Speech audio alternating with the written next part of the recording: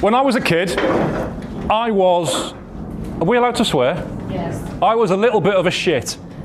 And my mum used to basically bow down to everything that I wanted. I got everything I needed, because I was the youngest of 4, but I was considerably the youngest of 4. My next eldest sibling was 14 years older than me, so I grew up as an only child, effectively. So I got whatever I wanted. And I had something called a double-decker VHS player. Anyone else have one of those?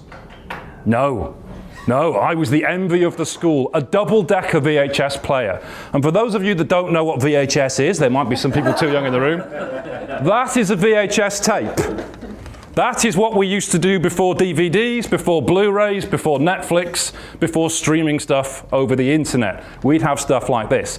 And what I would do is I would go to the video store, and I would rent a video, because my mum let me have whatever I wanted, even if it was an 18. She bought me American Werewolf in London when I was in primary school.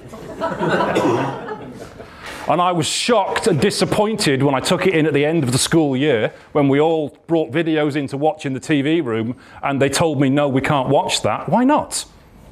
Because we were all 10. And it's an 18-rated film. But never mind, I digress.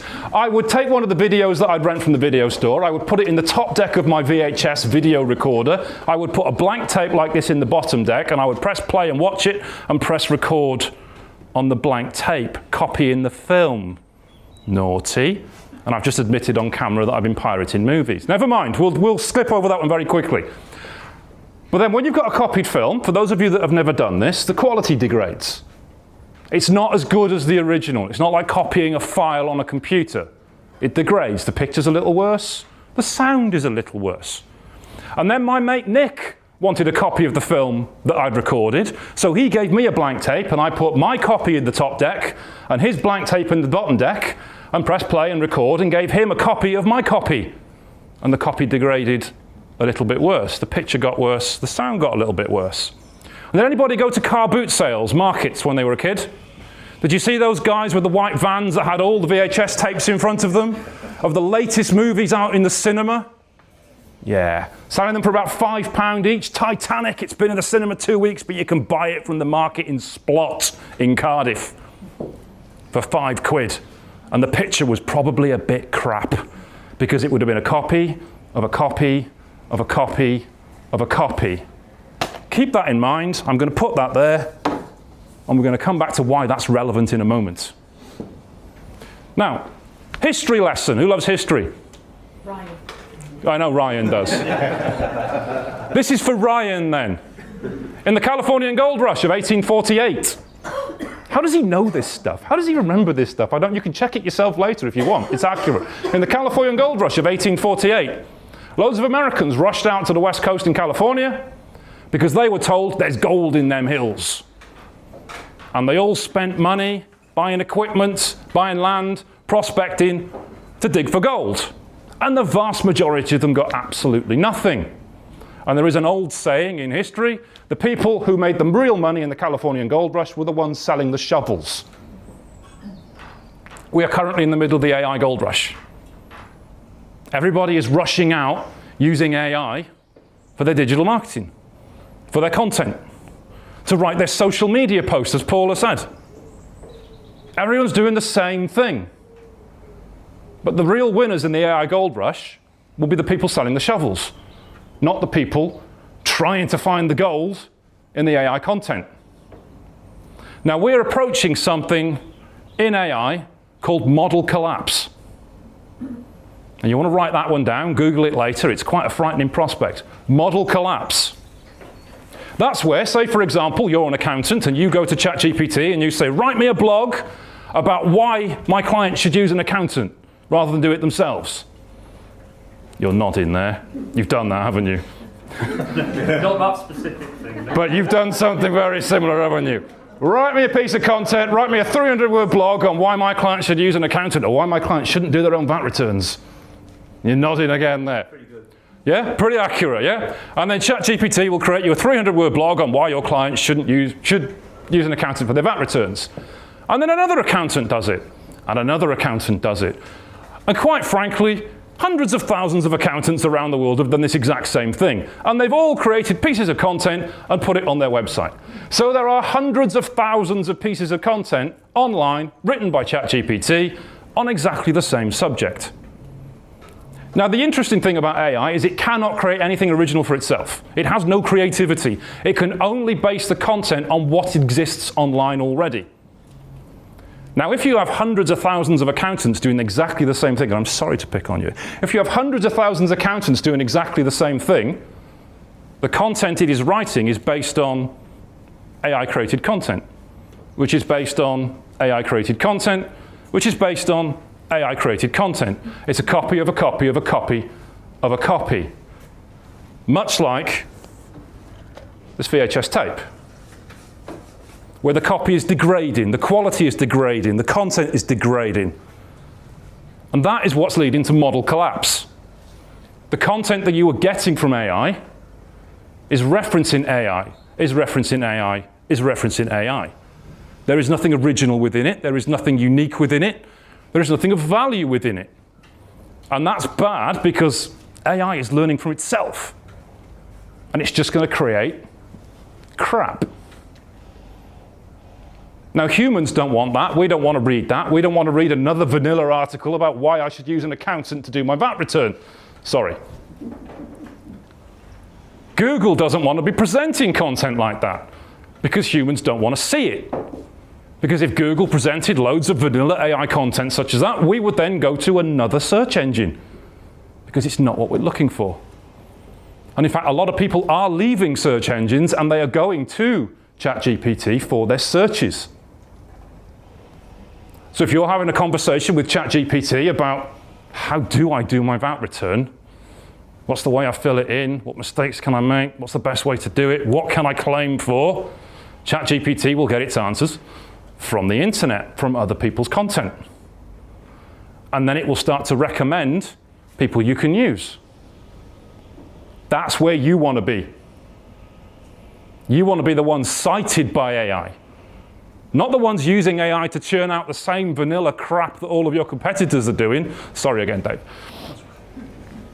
You want to be the one that ChatGPT is saying, this is the person you should be speaking to. They're the ones with the best content about it. They're the ones that have given advice on it, which is written by a human, which is unique, which is authoritative. But how do you get into ChatGPT and be cited? That's the question. Now, I've been doing talks on this for probably about 6-7 months now. And the industry, the SEO, search engine optimization industry, has cottoned on, and they've labeled it. And they've called it GEO. Generative Engine Optimization. Because AI is a generative model. Generates content. Generative Engine Optimization. And there are some people within our industry that think, oh, that's brilliant, I'm now a GEO expert. Literally didn't exist 6 weeks ago. But okay, you call yourself an expert in that, that's absolutely fine. And there's other people in there saying, what a load of crap! Generative Engine Optimization, what a load of nonsense. But it exists. And it's always existed. We just didn't know what it was. How do you get yourself cited by AI? So would it be okay if I gave you a few ways you can do that? Yes. Yes? Paula says yes. Yes. Yes. Okay, I'm going to try that once more, Paula, because I'm not quite sure everyone's awake. Yeah, I don't know. Would it be okay if I gave you a few ways you can do that? Yes. Okay, that's good. We've got more people on board. Fantastic. It's ridiculous, isn't it? It's ridiculous, yeah. Okay. You're laughing. You like that, Mike? Yeah. You like that, right. Okay. Who's heard of EEAT? Okay, I've just found the level of the room. Brilliant. Ryan, I know, has. EEAT. It's a signal from Google. EEAT, or EAT for short. Ryan, it stands for? Experience, expertise, authoritativeness, trustworthiness. Fantastic. Experience, expertise, which we had an argument in the office the other day. They're both the same thing. It's just semantics, experience, expertise. Authoritativeness and trustworthiness, which Ryan also pointed out to me, also means the same thing. These are trust signals that Google uses to rank your content, to rank your website. If you are churning out AI content written by a chatbot, written by an AI bot, that's not down as your name, is on your website as, oh, the author was admin, or the author was nobody, what authority has it got? Nothing. How trustworthy is it? Well, it's not, because AI wrote it, and quite frankly, if AI doesn't know something, it will lie. It will make it up. If you ask AI to give you a piece of information and it doesn't know, it will pretend that it does. So you cannot trust everything that you put online, for a start. What expertise does it have? Absolutely nothing, because it's got it from other sources on the internet. EEAT. So when you put content on your website, and is everybody writing content for their site? It's 4 of you, 5 of you, 6, we get another nod down here, brilliant. When everyone is writing content for their site, and if you're not, that'll be the reason that your competitors are getting business via their websites and you're not, by the way. Just put that out there. That's the reason they're doing well and you're not, if you're not doing it. When you're writing content for your website, Google will rank the sites that have experience, expertise, authority, and trust. So you need to demonstrate this with your content. How do you do that? Firstly, who are you? Your profile needs to be visible on your website for who you are. That's you personally, not you as a business. You, Ryan Owen. Who are you? What else have you written? Do you have an author page on your website with everything that you've created? Put your hands up if you do. 1. And I'd expect... She did her SEO course, fantastic. I'd expect you to. No one else has one. That should be one action for you today. When you get back to the office, if you've got a web designer, get them to do it. If you've got a VA, get them to do it, whoever it is. Get yourself an author page on your website about you. Any content on your website that's put out is written by you. And if you're sat there thinking, that's, well, all right, content on my site was generated by ChatGPT, I don't really want it to have my name to it, then what the hell is it doing on your website? Why are you creating content that you're too embarrassed to put your own name to? If you're too embarrassed, why the hell should Google recommend it? Why the hell should ChatGPT cite you if you've just churned out content using ChatGPT in the first place? We're back to this. We're back to this copy of a copy of a copy degrading crap. It needs to be you. Put an author profile on your website with your posts that you've written. It needs to have links to your accreditation. What experience do you have? What qualifications do you have? What history do you have? What bodies are you part of? Links to your social media. Links to your LinkedIn. Everybody's got a LinkedIn? That's 3 people. Everybody's got a LinkedIn? Yeah. Okay, good, everybody. Instagram if you use it, TikTok if you use it. All of it is signals showing Google you are a real person. You can be trusted. Because it's not going to cite you if it doesn't know who the hell you are. Have you been on any podcasts? Have you got a YouTube? You say, no.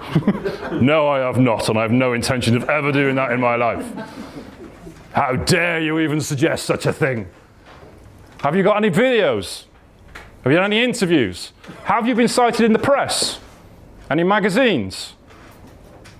Any news articles about you? All of these should be on your author page, linked to, so that Google knows that's you. That's who you are. You are a real person. Because if it can't take this piece of content about why somebody should use an accountant for their VAT return, attribute it to you, and have links to who you are and what you've done and what expertise you've got, it's not going to cite you. ChatGPT is not going to cite you. But if you have got all of that, that puts you in a very rare position, because all of your competitors are just going to ChatGPT and saying, write me a 300-word blog on my business, Copy, paste, bosh, done. Write me a social media post about how people shouldn't do their own VAT returns. Copy, paste, bosh, done. And it's crap, copying crap, copying crap, copying crap. You need to be the one cited. Everybody got that one? Yeah. Was that good? Is it useful? Is everybody going to go back to the office and do that later? Apart from Mike, is everybody going to go back to the office and do that one later? Of course. Of course. Yeah. I like that. Would you like another one? Yes, please. I'm not sure I want to give you another one. Okay, I'll give you another one. Let's see. What's a useful one? Research. Who's got clients? That's most of you. I'm good. People put their hands up. That's good. Who's got experience in their industry? Yeah, most of you are good. Who's good at what they do? Oh, yeah, that's faster, isn't it? Oh. Emma's like, oh. Yeah. I don't know. I'd recommend someone else, actually. I could point you in a few good competitors. ChatGPT wants research. It doesn't have its own bank of research. It needs people that do research for it so that it can cite it. If you are good at what you do and you have clients, you are in the brilliant position of producing your own industry research. So, for example, you would know common mistakes that people make on their tax returns. You would know the things most commonly claimed for that people shouldn't be claiming for. Or the things people should be claiming for they keep missing. You would have this information because you've done a lot of returns for people. So you would be able to produce original research using data that you own to say, for example, how many clients have you done work for over the years? Probably submitted, I guess, in 25,000 self-assessment returns. Jesus Christ, that's a lot higher than I thought. Yeah. That's impressive. From 25,000 self-assessment tax returns, that's a big body of evidence. You could say this is the most common thing that people claim for they shouldn't. Or here's the top 10 based on 25,000 tax returns that people claim for they shouldn't. Or people don't claim for that they should. This is how much money 25,000 tax returns generatively has missed out on getting back from HMRC. And you have that data. And you can produce that as a piece of content. Yeah, annoyingly, it's just in there at the moment and not... Well, if it's in there, that's good. If you know it, it's good. You can get that out and put that as data. Put that as research. And that can be written as a featured article. It can be written as a series of blogs. It can be done as a series of how-to articles. It can be done as a video. It can be done as an animation. It can be done as a pop-up banner. There's so many different ways this one piece of research can be done. And everybody has the capacity to do this. The best company I've ever seen do this is Halfords. Everybody knows Halfords? Massive brand. They do exactly this. They use their website to post quizzes and games for the users on the website. With questions like, what's the average speed limit on the motorway? Ooh, this one or this one or this one. Get people to play along.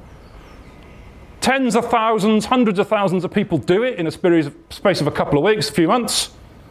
They then have data they can use to put together to create content, which they've done for over 15 years. I've been tracking what they've done. And they've written, they've had citations in things like the Daily Mail, the Daily Mirror, the Sun. Hate those bastards. BBC, Telegraph, with headlines that these newspapers love to write. According to research from Halfords, 75% of road users don't know the speed limit on the motorway. 80% of road users don't know who has right of way at a roundabout. And they're linking through to Halfords. Because Halfords has done this original research. Research that all they've done is put a quiz, shove it on the website, get people to fill it in, bosh, research done for them. So if you don't have it already in your head, or you don't have it already in documentation, you can get it yourself afterwards. You can get it from your clients. You can put it on a website. If you've got a lot of traffic to your website, you can do it that way. If you don't have a lot of traffic to your website, you could create a survey, create a quiz. You can do it in Google. It's completely free. Fire it across to your clients. Ask them to fill it in. Put it on your social media. Ask them to fill it in. That will give you the research data, which will be yours, original, that will allow you to create this content that will get you citations. And if you can create headlines such as 75% of people don't know how to use a roundabout, you can get links from national press, which then help your credibility for AI. So when your target clients are looking for things that you do, AI will recommend you because you have the credibility from links from others pointing into you. Because links is important. Who has great links to their website? Probably not. Can you buy a link from the Daily Mail? You probably can. You probably can. But it'll cost you a lot of money. It'll cost you a lot of money. It'll cost you a big brown envelope to a journalist to do it. But if you have content on your website such as this that triggers what they want to infuriate the British public, that will allow you to do it. And he's got that right in his head that can do that. And I'm sure other people have as well. I'll stop picking on you in a minute. That's okay. Yeah, I'm not going to pick on Mike because he's not going to do anything. If only Gavin was here. Yeah. Oh God, yeah. Oh, I'd pick on Gavin all day long. We all do. Oh yeah, I'd pick on Gavin all day long. So who's got research already they can use? Yeah. Yeah, we've established that. Not sure. I'm not sure. In your head, you I'd mean? need In your head is fine. to brainstorm it. Like, Yeah. I'm not sure what I would. You actually, that might have been a flippant comment, but yes, that is what ChatGPT is for. Okay. Coming up with ideas, not creating your content and slapping it on your website. Coming up with ideas. There's quite a few people this morning said that they didn't have a specific name for a referral request. That is what ChatGPT is for. I've done that myself many times at a networking meeting. I want an introduction to a particular company. I don't know who the right person is to speak to at that company. I could Google it. That might take me a while. Let's ask ChatGPT to Google it for me, and it will find it. And I've gone to ChatGPT in the morning. Who is the marketing contact at Oakhouse Garden Centre? Takes 10, 15 seconds, comes back with the details. Thanks. Can you give me their full name and email address? If it's a Oakhouse email address, yes, they will. I've even done it, and this is really dodgy. I've even done it where I had a series of clients that I was looking for. I think it was garden centres, and I asked them, can you give me personal information about them, such as what they like to do, hobbies, whether they're married? And mostly it said, I can't do that. But there was one it came back with, and yes, it said, yes, he likes bike riding. Because it was somewhere on his profile on the website. So now I know the contact I need to speak to is into bike riding. I'm not into there's bicycles now, not motorbikes. I'm not into bike riding. But I know a man who is. So I know the best person to get me in there. That is what ChatGPT is for. Research, snooping, finding information about people. Not copy, paste, copy, paste, copy, paste. Would you like another one? Yeah. Has it been useful so far? Mike, you have a question? Yeah, what's, in terms of asking ChatGPT for a topic that would be good to research for a certain industry, what sort of things do you ask it? How detailed do you have to go? Because if you put a sort of 10 words thing in, it's going to just churn out loads of rubbish and you're going to have to be picking at it. Yeah. So what are the good questions to ask it? What I would tend to do is I would start with who's my target client that I'm looking for. So you work with a lot of different industries. Yeah. I would pick a particular industry. So you would know who the best industries for you to work with, who has the most common requirements for print. Yeah. And I would say, what is, say for example, it was solicitors. I know it's not, but say it was solicitors. I'd be asking, what sort of events do solicitors go to? What trade shows are specific for law or for the legal sector? Pull that out. What companies attend these trade shows? Or if you want content ideas, once you've established it's solicitors, what sort of things what sort of questions do solicitors ask? Something specific to the industry. Because it's about targeting the industry first. Okay. Now, I actually did that myself yesterday because I'm looking for speaker opportunities. And hopefully you all don't think I'm crap. Don't all speak up at once, it's fine. It's fine, it's okay. Fine, bye. No, I was looking for speaker opportunities. So what I wanted to do, first of all, rather than just look for events, I was asking ChatGPT for what are the events industries that look for speakers and have the most opportunities and also pay the highest. And it broke down the industry-specific topics that were there. So there was obviously marketing and AI was in there. There was e-commerce specifically was in there. And there was, I'm trying to think what the other one was, I think legal was in there as well. The legal sector. So the Law Society is where you need to get involved with if you want to be speaking at events in front of a load of solicitors, if you do work for solicitors. So I took marketing, so business marketing for professionals, and I got a list of 50 events that over the next 12 months across the UK that were specific for marketing.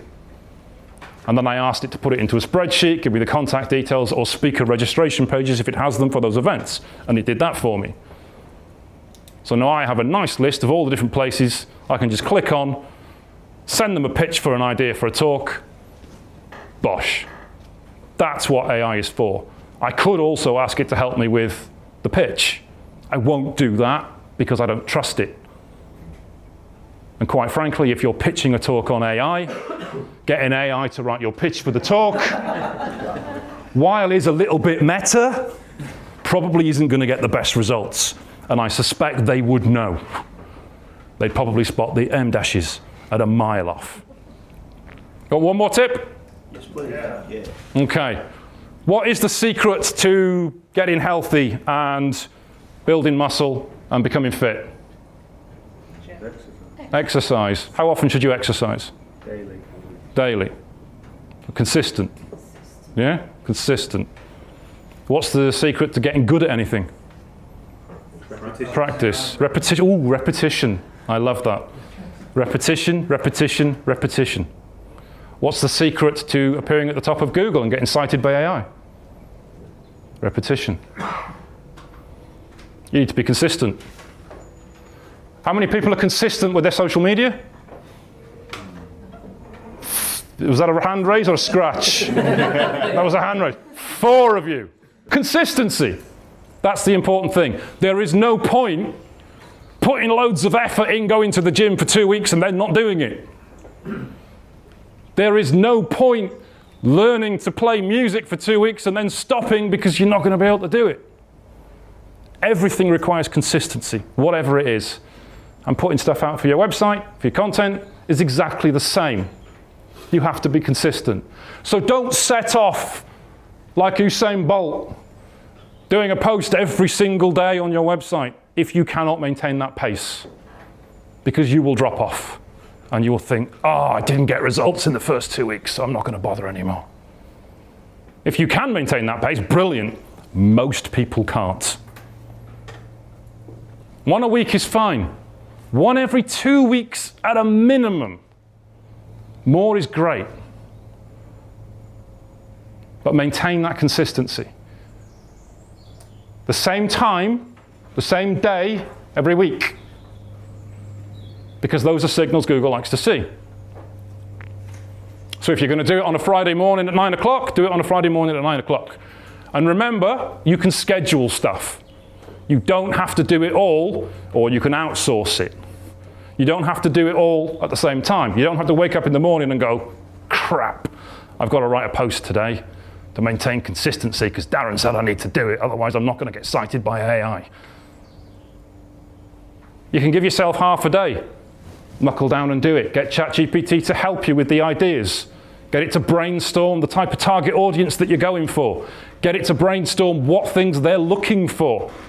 What problems do they have? All of this you know in your head anyway. What are the problems your clients have when they come to you? What questions do they ask you? All of these are types of content you should be putting on your website. Because if you're not doing it, your competitors are. And that's the reason they're the ones getting cited in AI and you're not. Get that down. Write the content. Schedule it out. Post it once a week. Post it once a fortnight. Don't try and do loads in the first week and then have it drop off a cliff, because it's never going to work. Consistency is important.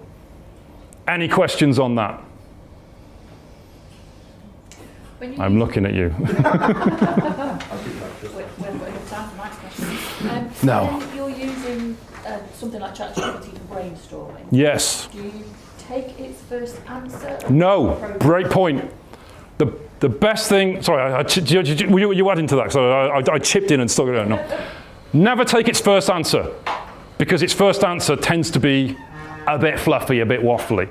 The best way to get ChatGPT to do something properly is to ask it to do it again. Better yet, ask it to evaluate the answer it's given you. So if you ask it, say for example, give me a list of the top industries for my business as a marketing agency that need to use marketing on a regular basis, and it gives you a list of industries. You then go back and ask it something along the lines of, could you evaluate the answer you've just given me out of a score of 25 in terms of accuracy, in terms of relevance, and say how well you've actually done. And then it'll go back through and go, oh yeah, actually, yeah, I could have done that better, I could have done that better, and then it will give you a better response. It's weird. Never gives you the best answer first time. Always ask it to do it again. And quite often it's lazy. If you ask it for 50, it might give you 20. That doesn't mean it doesn't have any more. That means that it's trying to save generative resources by not doing the whole thing. Just tell it, no, I said 50. Give me the whole lot. And then it'll do it. Question?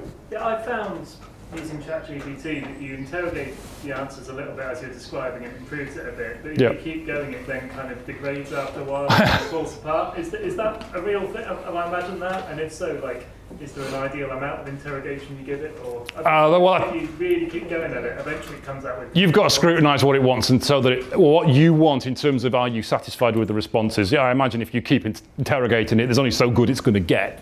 I've not found it fall apart, but then I've not kept interrogating it over and over again like it's in some sort of Nazi Inquisition. But if that's what you're doing and you're slapping it with a glove, yeah. I've not gone that far with it. Who thought they'd hear the word Nazi in today? There we go. There we are. Nazi and California Gold Rush. There we are. Any other questions? We've got time for any more? One more question if we have time. Nobody has a question, Paula. There you go. Then we have, oh, hang on, no, now there is. There's always one at the end. At the end. Other than ChatGPT, what other AI models should we be paying attention to? I'm going to pass this on to Ryan, because Ryan is ahead of the curve with AI. Ryan. For 99% of what you need, ChatGPT is fine. Unless you're coding, you'd use something else like Perplexity. Gemini is really good for if you're doing a lot of Google research. So specifically research, try Gemini, Google's one. So that might actually be better. What's the image generation one? There's loads. ChatGPT does it. Best one at the moment, yeah, Nano Banana, which is Nano Google's Banana. one. That's very good. You can also play AIs off against each other, which is quite good. So if you use ChatGPT for something and you're not satisfied with its response, you can go to Gemini and say, I've used ChatGPT and it's given us this, can you do any better? And Gemini will try and beat it. You can then go back to ChatGPT and say, Gemini's given me this, what can you do that's better? And that does work, believe it or not. You've got them arguing. You get them arguing, yeah. If you play them off against each other, they really don't want to beat each other. You can also say that you'll reward them if they give you a better response, but threats actually work even better. Seriously, you can threaten the AI. You've done that, Ryan, haven't you? I do that every day. Yeah. So you could say, oh, I'll find your server and I'll switch you off if you don't give me the best response you possibly can. And that genuinely does work. They respond to threats. When the AI takes over and wants to kill us all, mind you will be marked. Is it Terminator with your name on it? Yeah. Looking for me. So take that with a pinch of salt and be worried, but you can do that and it does work. Okay, I think we're out of time now. Thank you very much. Well done. Thank you.